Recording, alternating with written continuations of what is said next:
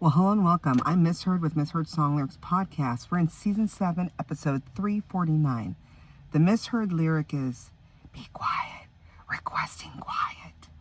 And then the correct lyric is actually, be quiet, big boys don't cry. Have you figured it out already? It's our first ever 10cc Miss Heard song lyric.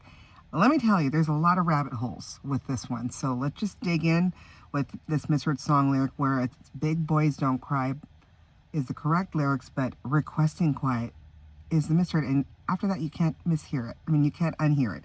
It's just so close. Okay, so the song is called I'm Not in Love. I'm Not in Love by 10cc. They're an English band, if you didn't know that. They're written by members Eric Stewart and Gouldman, and it's also known for its distinctive backing track and mostly usage of multi-track vocals. Okay, so let's go way back in the time machine.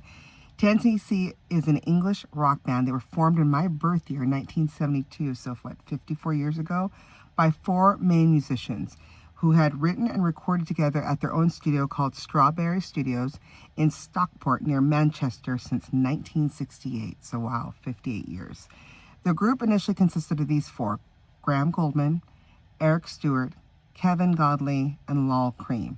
Now, if the Godley and Creme sounds familiar, it is. It's also a famous duo. So I'm going to go down one rabbit hole right here. So Kevin Godley and Creme started with 10cc in 1972, but then they actually branched off and established their own duo called Godley and Creme in 1977.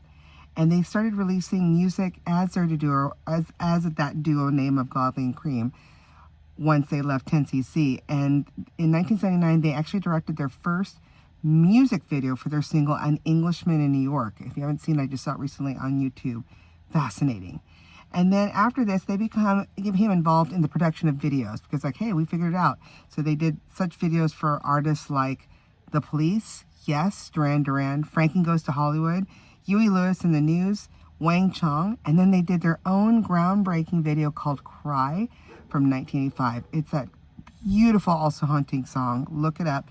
But what you didn't know was, according to fandom.com, that Cry song appeared in a 1985 Miami Vice episode called Definitely Miami, and it played when, I guess, the ending with the showdown with Charlie, Clemente, and Crockett meets Callie at the beach. So if you haven't checked it out, it is a episode in Miami Vice in 1985. Okay, so then Godley and Creme then ended up splitting up in the 1980s, and both have still since been involved with music videos, TV commercials, and different music projects. Now, the four members continued the songwriting, working together in various permeations. So again, Godley and Creme's songwriting has been said to be inspired by art and cinema. So very ethereal and just quirky too, which I love. Okay, so now we have these. Let's go back to the main members of 10cc, the four of them. Most of the band's records were recorded at their own, like I said, Strawberry Studio. And from 1972 to 1978, 10cc had 5 consecutive UK top 10 albums. 1974's Sheet Music, 1975's The Original Soundtrack, 1976 How Dare You with an exclamation point, 1977's Deceptive Bends, and 1978 Bloody Taurus. And 10cc had 12 singles that reached the UK top 40, 3 of which were chart toppers, with 1973's Rubber Bullets. The one we're talking about today is the second one, 1975's I'm Not in Love, and then 1978's Deadlock Holiday. And I'm Not in Love was their breakthrough worldwide hit and is known for its innovative, like I said, backing track, and we loved it in the US. So in 1976, Godley and Creme, when they had left, they actually also not only concentrated on their own music, but they also both developed an electronic music device called the Gizmo, and being in video production and music as a duo. So they've done a lot. Stewart then left the band in 1995, after which they did not record or release any further studio albums. And since 1999, Gouldman has been the only original member of the four left touring version of 10cc. Okay. So in the Wayback Machine, way back when, Creme, Kevin Godley, and Graham Gouldman were childhood friends in Manchester. As in boys, Godley and Creme knew each other and remained in touch while studying at separate art colleges. So that's how they all connected. Gouldman and Godley attended the same secondary school, and their musical enthusiasm led them to playing at the local Jewish Lab Brigade.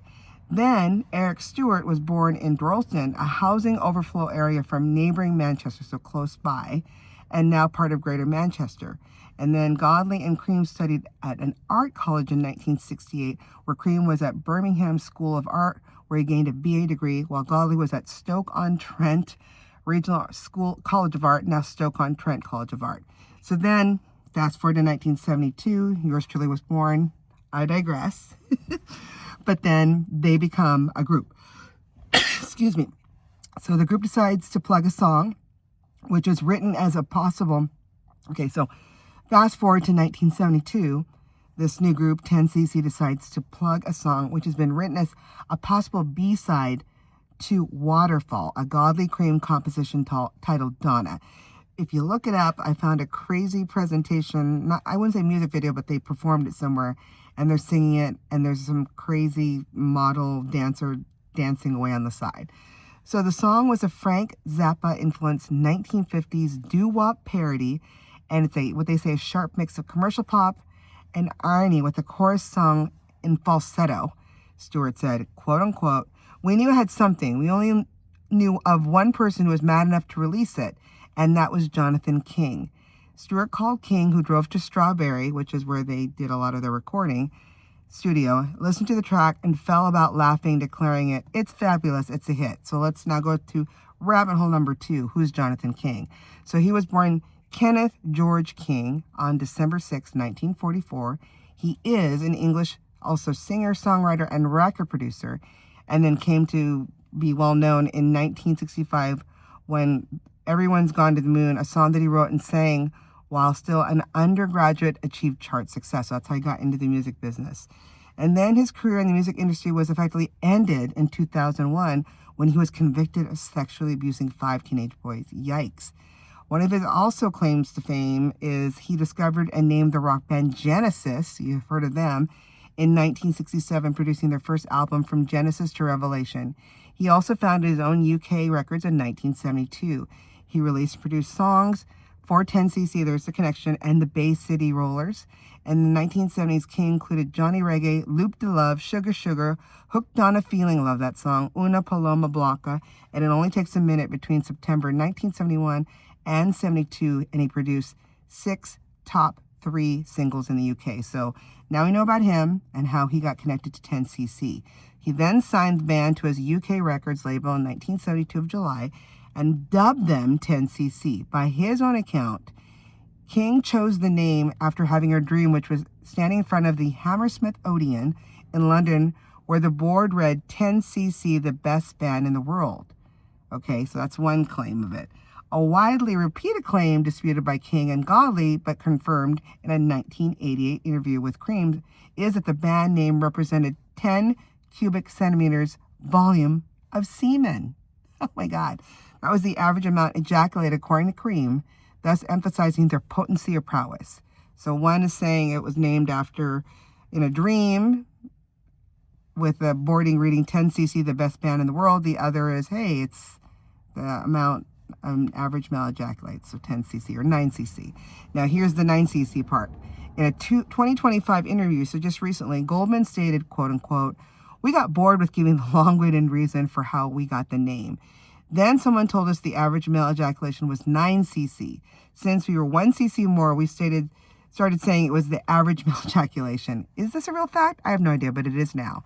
So believe what you must, but that's how the name derived. Okay, so we go back to that original song Donna that was released as the first 10cc single, chosen by BBC Radio 1 disc jockey Tony Blackburn as his record of the week, helping it to launch in the top 30 thanks to the DJs back in the day. The song peaked number 2 in the UK in October of 1972. And then, although their second single, a same kind of 1950s influenced doo-wop called Johnny Don't Do It, was not a major chart success.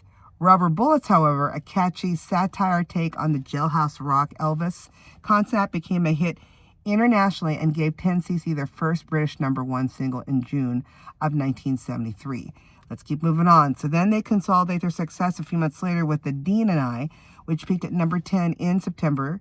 They released 2 more singles called Headline Hustler in the US and Self-Mocking the Worst Band in the World in the UK, and launched a UK tour on August 26, 1973, joined by the second drummer now, so there's a little bit band change member, Paul Burgess, before returning to Strawberry Studios in November to record the remainder of their second LP called Sheet Music in 1974, which included The Worst Band in the World, along with other hits like The Wall Street Shuffle, hit number 10 in 1974, Silly Love, hit number 24 in 1974, and then Sheet Music became the band's breakthrough album, remaining on the UK charts for 6 months and paving the way for US tour in February 1974.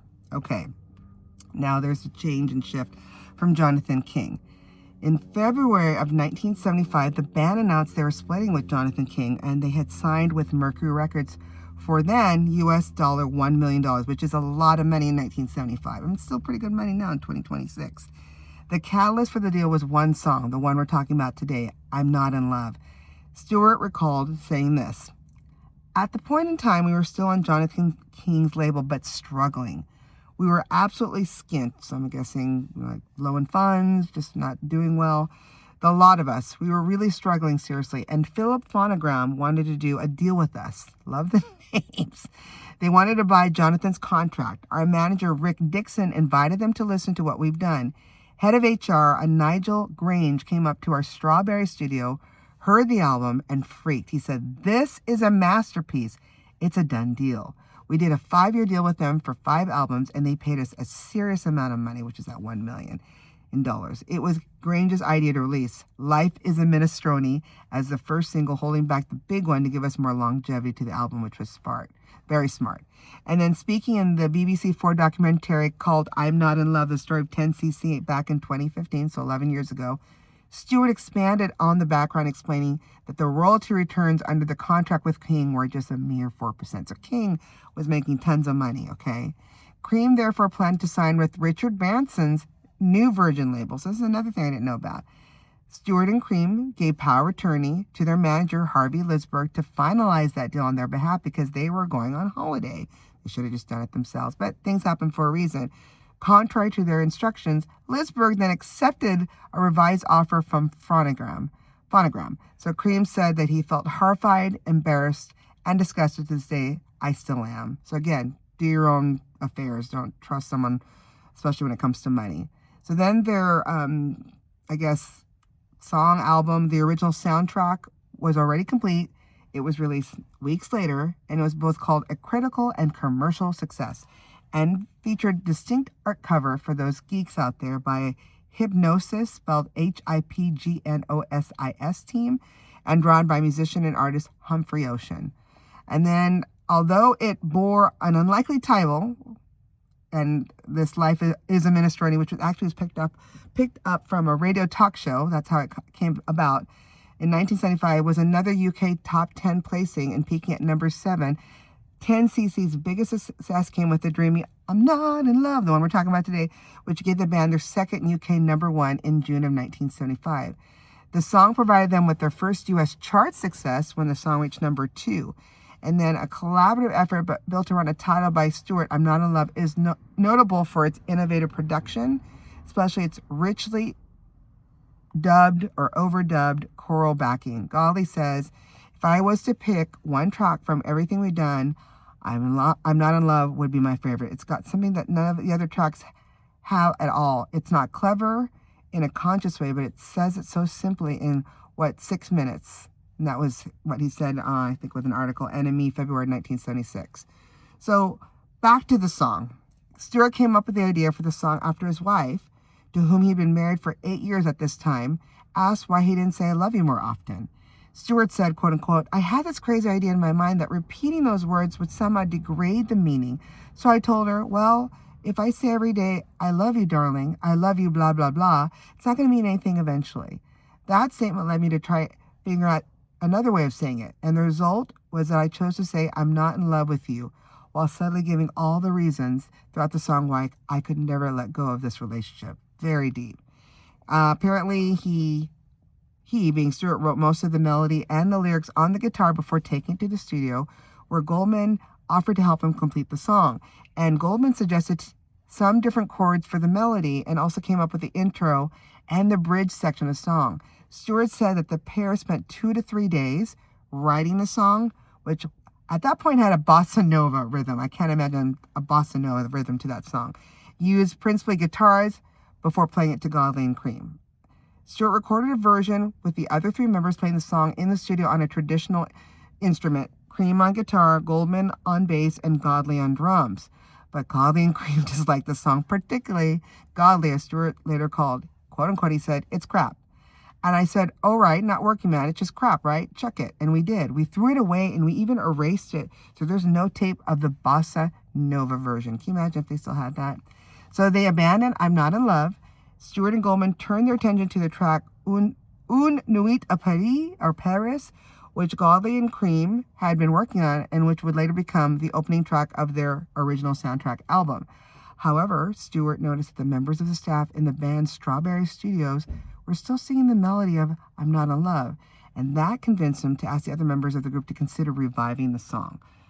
Godley was skeptical at first, especially with that bossa nova original, but came up with a radical idea telling Stewart, quote unquote, "I'll tell you what, the only way that song is going to work is if we totally fuck it up and we do it like nobody has ever recorded a thing before. Let's not use instruments. Let's try to do it with our voices." And although taken aback by this suggestion, Stewart and the others agreed to Godley's idea and create a wall of sound of vocals that would form the focal point of the record. That is lightning in a bottle. So when they started recording it, Stewart spent 3 weeks recording Gouldman, Godley, and Creme sing, "ah." That's why you hear all the different ethereal ahs in the song. 16 times for each note of the chromatic scale, building a choir. Nowadays, it's all just one click and it's happening on a computer. But back then, a lot of work. So building the choir up 48 voices, each note of the scale. The main problem facing the band was how to keep the vocal notes going on for an infinite length of time. But Creme suggested they just get around the issue by using tape loops. They're so inventive. Stewart created about 12 feet in length by feeding the loop at one through the tape heads, a loop at one end through the tape heads of the stereo recording in the studio, and the other end through a capstan roller fixed to the top of a microphone stand and tension tape. Okay, let me say that again. So Stewart created loops about 12 feet in length by feeding the loop at one end through the tape heads of the stereo recorder in the studio, and at the other end through a capstan roller fixed to the top of a microphone stand and tension tape. By creating these long loops, the blip caused by the splice in each tape loop could be drowned out by the rest of the backing track. Very smart, providing that the splice in each loop did not coincide with any of the others. Having created 12 tape loops, one of each of the 12 notes of the chromatic scale, Stewart played each loop through a separate channel of the mixing desk. This effectively turned the mixing desk into a musical instrument. No one's done it at that time, complete with all the notes of the chromatic scale, which the 4 members together then played, fading up 3 or 4 channels at a time to create chords. For the song's melody, Stewart put tape across the bottom of each channel so that it was impossible to completely fade down the tracks for each note, resulting in the constant background of vocals heard through the song. That is crazy. Composer and music theory professor Thomas McFarlane considered the resulting ethereal voice, like I said, it sounds like angels are singing, with distorted synthesized effects, a major influence on Billy Joel's ballad Just the Way You Are, released 2 years later. So it definitely got Billy Joel inspired when he made his song Just the Way You Are. So lots to be said, but here's where the history of the misheard song lyric comes in. So Creme is playing piano during the bridge, and the middle 8 where it's replicated the melody of the lyrics that has been discarded. So he's doing that, and then they use a toy music box was recorded and double-tracked out of the phase for the middle 8 and the outro. Once the musical backing had been completed by Stewart, recording the lead vocal, and Godley and Creme the backing vocals, but even though the song was finished, Godley felt like it was still lacking something. Stewart said, quote unquote, "Law remembered he had something into the grand piano mics when he was laying down the solos. He'd say, 'Be quiet. Big boys don't cry.' Heaven knows why. But I soloed it, and we all agreed that the idea sounded very Sounded very interesting if we could just find the right voice to speak the words. Just at that same point, again, lightning in a bottle, the door to the control room opened and their secretary, Kathy Redfern, looked in and whispered, "Eric, sorry to bother you. There's a telephone call for you." Lal jumped up and said, "That's the voice. Her voice is perfect." The group agreed that Redfern was the ideal person, but Redfern was unconvinced and had to be coaxed into recording her vocal contribution using the same whispered voice that she had used when she entered the control room. That's why we hear that, "Boys don't cry." And then in the song, which is, of course, the misheard song lyric today. And because of it, did you know those whispered lyrics would inspire the name of a 1980s band called Boys Don't Cry? Well, how did it do? Well, it did well. According to Stewart, at the time of recording the original soundtrack, the band was already being courted by Mercury Records, part of the Phonogram group, to leave Jonathan King's small UK record label where they were struggling financially. So it was like it opened the door for them. Released in May of 1975, "I'm Not Alone" became the band's second number one atop the UK singles chart for 2 weeks from June 28th. And in the US, the record peaked at number 2 on the Billboard Hot 100 for 3 weeks. In the UK, the single was released in its full-length version over 6 minutes, which is pretty long. I mean, it's still, in this day, that's a long time. Usually 3 or 4 minutes for the song. And in the US and Canada, it was released in an edited 3 minutes, 42-second version with a different B-side. But people are loving it so much they would call in wanting to hear the full 6 minutes. So what about the legacy? Is it still around? Oh, you bet it is. "I'm Not in Love" has enjoyed lasting popularity with over 3 million plays on the U.S. radio since its release. And it won 3 Ivor Novello Awards in 1976 for Best Pop Song, International Hit of the Year, and Most Performed British Work. It also appeared in numerous films and television shows. Let me just name a few. That 70 Show, The Virgin Suicides, Deuce Bigelow, Male Gigolo, Guardians of the Galaxy. It also appeared in a 2006 Grand Theft Auto Vice City Stories for the game, its video game, and it's also been covered. So I guess there was a cover done by the Pretenders recording the soundtrack of the 1993 movie Indecent Proposal. So there it is. I got to check that out. And Queen Latifah also recorded a cover on her album called Travelin' Light, and a cover version by Kelsey Liu was featured in the TV series Euphoria. And just most recently, for the youngins listening, Doja Cat sampled a song on Shut Show, a song from her 2023 album called Scarlet. There is a music video, if you want to call it that. It's really interesting. So it was uploaded on YouTube back on October 7th, 2016. So this October will hit 10 years. It's a whopping 60.7 million. So a lot of people, no flashy production, just the band performing the song. However, I found something. So it starts out in the beginning before you see the band. There's 3 turntables with disco-covered lettering to spell out 10cc. And the 0 of the 10 and the 2cc's disco lettering is spinning in a counterclockwise move on the turntables. However, the one on the far left, which makes the 10cc, looks like a disco ball phallic symbol, which now that we know how they were supposedly named 10cc because of, maybe that's an Easter egg that we didn't even know that was in that music video. So be on the lookout, because look at that one. It's definitely a phallic symbol. And there you go. If you have any great suggestions like this misheard song lyric with 10cc, and again, the misheard song lyric is not requesting quiet, it's Big Boys Don't Cry. Big Boys Don't Cry. Send it to any of our sites like Instagram, Facebook, or just send me an email at misheard, MISSHEARD songs @gmail.com. Till then, keep singing those songs wrong. Bye.